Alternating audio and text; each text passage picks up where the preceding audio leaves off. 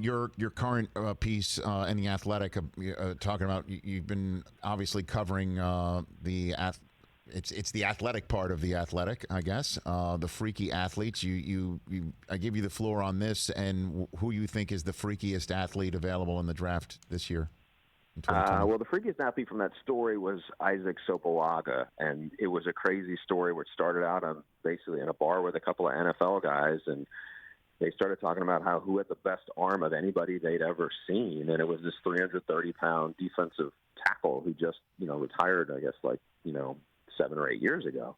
And then the stories of the legend of him being able to throw at 75, 80, 85, almost 100 yards.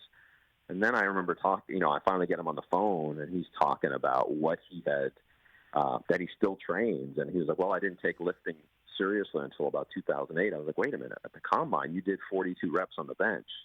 And then I was like, if you weren't taking it seriously then, but you were, 4 years later, what did you do? And he said, I asked him what the most he ever did 225 was. Rich, he said he did 74 reps.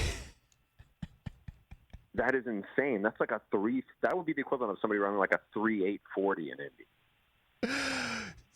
Hold on a second. So there's 225 pounds on the bar, including the bar.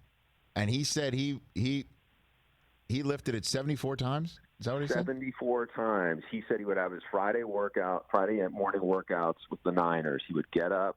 He would start out by running 3 miles, and then him. And so after I do all this reporting to try to confirm that he could throw at 80, 85, I get off the phone. I'm like, oh, great. Now I got to chase the 74 reps of 225. I mean, nobody has ever seen anybody done anywhere near that. Schwarzenegger in his book, I guess, claimed he did 225 60 times in his prime. Mm-hmm. So I call Will Tukuafu, who was played for the Niners for a while and was his lifting partner, and he swears it's true. So crazy it is. I guess nobody putting up 74 reps in this year's draft, although Tristan Wirfs is one of our favorites that we spoke to. I mean, talk about freaky athlete. He told a story about my number one freak this past year. Right. Correct. Right. Yeah. I mean, look, this is a really good offensive line draft, especially offensive tackles. And this guy Iowa cranks out powerhouses, and this guy was this champion wrestler, a super strong dude who did stuff like nobody else had seen before at the University of Iowa. I mean, to me, he was. When we did our freaks list going into last summer, he was clearly the number one guy.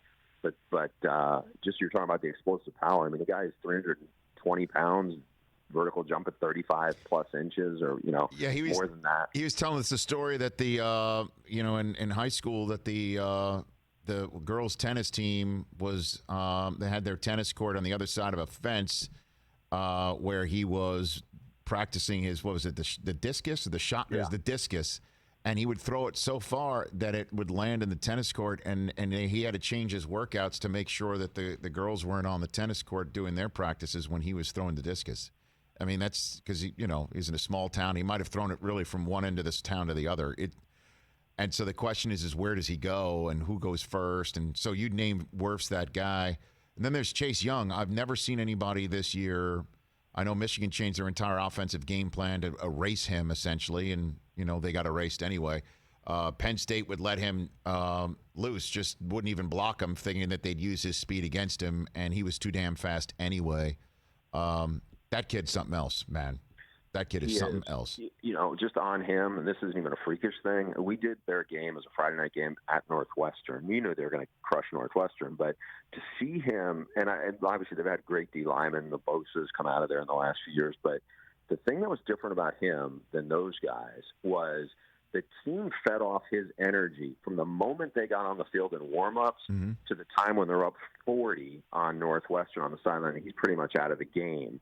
Like, he was that. You could see how they fed off his energy.